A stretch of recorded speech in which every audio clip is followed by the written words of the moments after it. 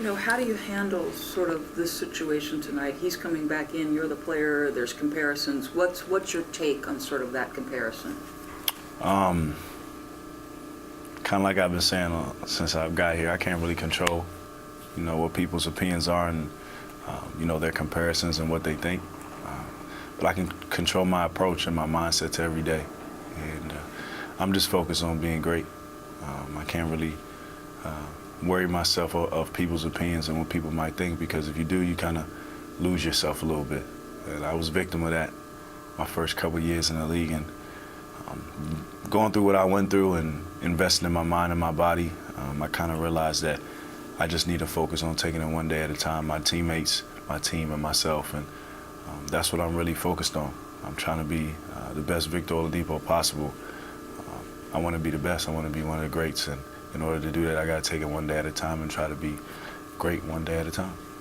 You have obviously made an incredible jump, just if you look metrics, numbers, et cetera, et cetera. What is the primary reason for the elevation of your game right now? I believe it's the work I put in this summer. Just investing in my body and my mind, focusing on strength and conditioning, having an edge, a drive. Even before I got traded, I was like that. And then just preparing myself for any role possible this year. Whatever role they wanted me to be in, I was prepared for it. And, I put in a lot of work. I worked really hard, and I got to continue to keep doing that if I want to get to where I want to be. People have used the word chip. You described it as edge. How would you describe what you're playing with? What's on your shoulder, your attitude? Well, I don't think it's a chip anymore. It might have been a chip when I was little, but I tell everybody it's a boulder on my back now, and it's going to remain there. It's just how I am. I've always had a chip. I've always had a boulder now, and it's going to remain there. It's going to help me get to where I need to be. I've been proving people wrong since I was 5 years old, so it's nothing new to me. Just got to continue to keep getting better. What about the character of this group has allowed you to exceed expectation? I think it's the players in the locker room. My teammates are phenomenal. I couldn't do what I do. I couldn't play at the level I'm playing right now without them. They made the game so much easier for me. We have savvy vets. We have young, great players. We got a great coaching staff who knows what they're doing, and they just put us all in position to be successful. It's so positive. These guys I'm playing with are so positive no matter what's going on. I think in every game we played at home so far, we've been down. And these guys just lift each other up. We lift each other up, and we just continue to keep playing no matter what, and we can live with the results after that. And these guys are amazing. Some of the best teammates I've ever had, so it's pretty cool to be a part of this team. Just got a couple quick ones. So you mentioned in college it was fear of not making it to the NBA or obsession. Is that still there that drives you? Is it fear or worry, or is it now you see that you've realized some of that potential and it's, man, I can make another jump? And you have to answer to me if you would. I don't know if it's fear anymore, but I'm trying to be great. So every day I wake up, that's all I think about. Before I go to sleep, that's all I think about is trying to be the best. I want to go to NBA Finals. I want to win a ring. I want to be a Hall of Famer. I want to do all those things, and in order to do that, I got to wake up every day with that mentality of I'm trying to chase number one. Whoever number one is, that's who I'm chasing, and that's my mentality to every day. I got to take it one day at a time, and that's even if I'm not playing, even if I'm just working out and practicing, that's my mentality. And, it might, to other people, it might seem crazy. It might not seem realistic, but that's fine. That's what I have in my heart and in my mind, and that's what I focus on. What about Indiana? Was there a comfort level coming here? Does it feel almost like home, even though you didn't grow up here, but playing here in college? It's hard not to feel like home. I mean, the way these people treat me here is amazing. Even when I wasn't playing here and I would just come back just to come for a game or a playoff game. And it's just amazing, man. It's definitely like my second home. And it's my home now. I gotta stop saying second home. It's pretty much my home now. And I obviously built a relationship with the fans and the people here from college, and it was amazing. It was an amazing experience those 3 years I was here. And now, playing for the Pacers. When I left Indiana, I always felt like I left something. Like I didn't give them all they needed.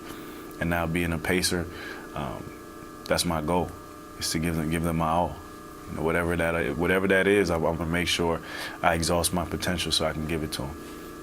Last thing, Coach Crean mentioned to me that you and D. Wade developed a special bond and then kind of took you under his wing. Was that initiated by Coach? I mean, did you guys just get to know each other? You can answer to Doyle.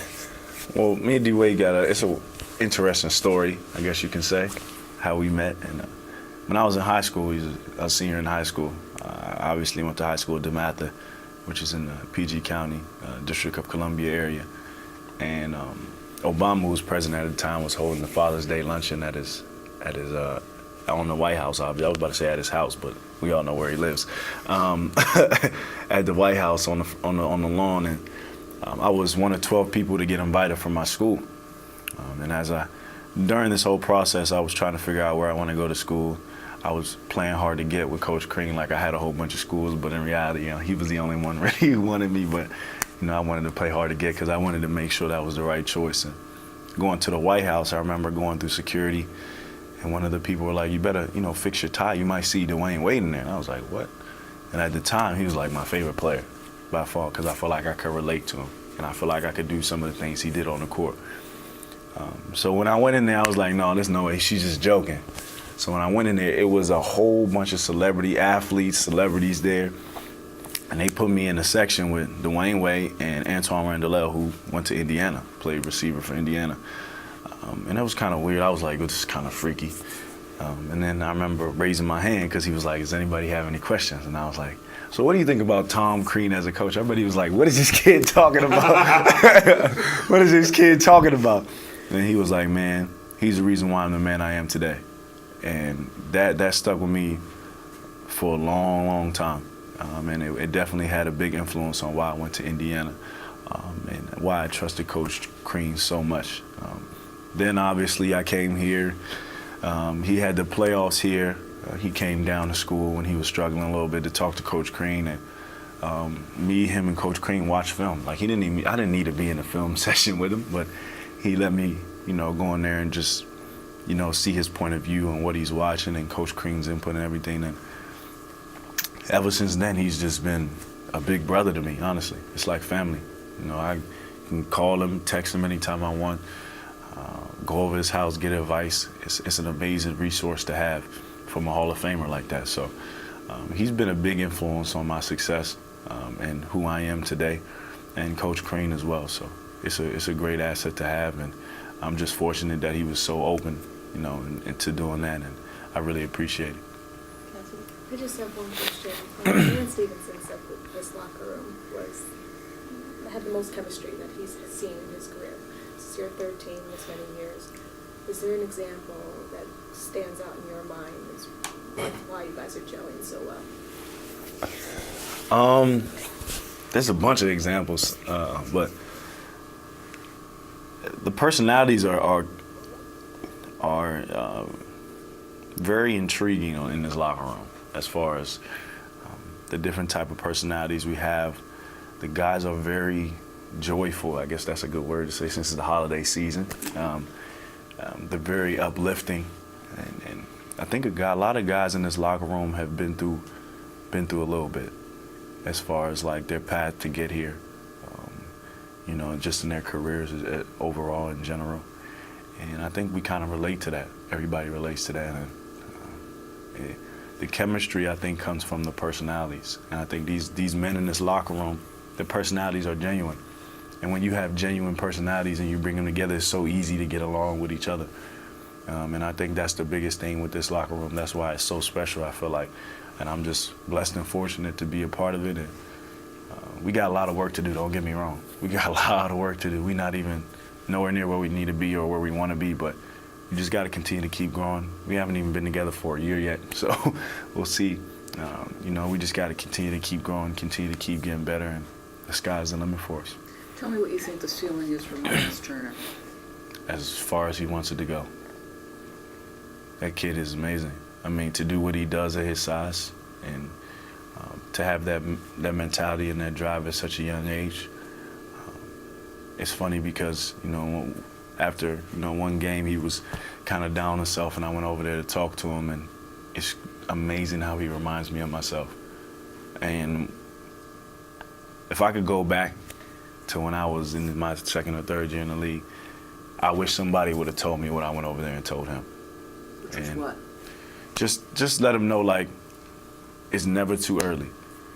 It's never too early to have that mindset and that drive and want to be great and want to be the best. When you first get in the league, it's kind of like, oh, I'm here, I want to have fun, but it's never too early to have that drive.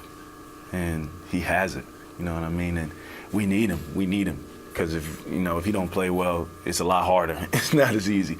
When he plays well, it's better for everybody. So I just wanted to go over there and encourage him and tell him, like, yo, we need you, bro. Like, I'm here with you. Like, I want to be here with you for a long, long time. So I believe in you. And it means so much when you can go out there and the guys around you believe in you as much as you believe in yourself. It makes you get to another level of basketball. And I just wanted him to know that we all believe in him and we all need him. And that's for everybody in the locker room. Okay. Oh, yes, sir. You're playing against Russell tonight. You played with him. Could you just talk about your experiences with him as a teammate and now going up against him? It's kind of similar. Man, he's an amazing talent. You know what I mean? He's an amazing talent. One of the best players, if not the best players in this league. And I got to witness the single most best season ever in NBA history. I was right there, like literally, like right next to him. And to watch what he did was simply amazing. Like, there's no words that can really describe that except amazing with a capital A. And he wasn't only, what I think surprised me the most was he wasn't only an amazing player, but he was an amazing person as well. Me and him got along very well. And it was kind of cool, to see. And I learned a lot from him on and off the court. On the court, just his mentality and how he just is always on go, no matter what. And off the court, just how, how he was with people and how he's just kind, just genuine. And that's hard to find as well. So I learned a lot from him, like I said, on and off the court, and I'm going to take with it from the rest of my career. And every step of the way, from Orlando to Oklahoma, I learned something. And I'm applying it to my everyday life even now. Really quick, back at Jamboree at Indiana, you broke out a little Usher song, and you just released a new EP. Can you just talk about how music and what it means to you to be a musician? Well, I've been singing since I was a little kid. I was singing in the church when I was a little kid, and there's something about a good song, something about music that kind of just makes your day brighten up. And like my teammates will tell you, and like anybody will tell you, like I sing all the time. Like there's a song for everything, so why not just sing it? And this summer, a lot of people in my corner were telling me that I needed to, share my gift with people, share my gift with the world, and show everybody that I could sing. And I was a little hesitant at first because obviously it's something new, but you only live once, so why not share the gift? Because I feel like if you don't share the gift God has given you, then you're not utilizing that gift really. So I tried to utilize it and I shared it and people like it. So it's on every music outlet out there. You just type in my name and it comes right up. And it's 7 songs and it's called Songs for You. And it's songs for everybody that I feel like everybody can relate to. So it's pretty cool. I look forward to doing some more music in the future. And it's just a nice little hobby too. Everybody got hobbies, right? So that's mine. I think people forget that you guys have lives outside. Sometimes. I'm curious tell me about your dogs and how what they bring to you. So I got 2 dogs, Cavalier Spaniels, like on Lady and the Tramp with the big ears, Zeus and Apollo. And they are a handful. They're 1 and 2, so you know how that goes. And but one thing about them that I love is they're consistent. They're the same way every day. You can't find that. That's what I love about dogs. They're the same way every day. And you can talk to them about everything, they're going to listen. I talk to them about everything. No matter if it's just me and them in a room, we have the longest conversations. And, one thing I know, they're listening. So it's pretty cool to have those 2 little rugrats is what I call them, running around. And, it's a special bond. Anybody who has a dog knows. And, I love dogs. And I'm just glad I got my Zeus and Apollo with me. and my bodyguards is what I call them.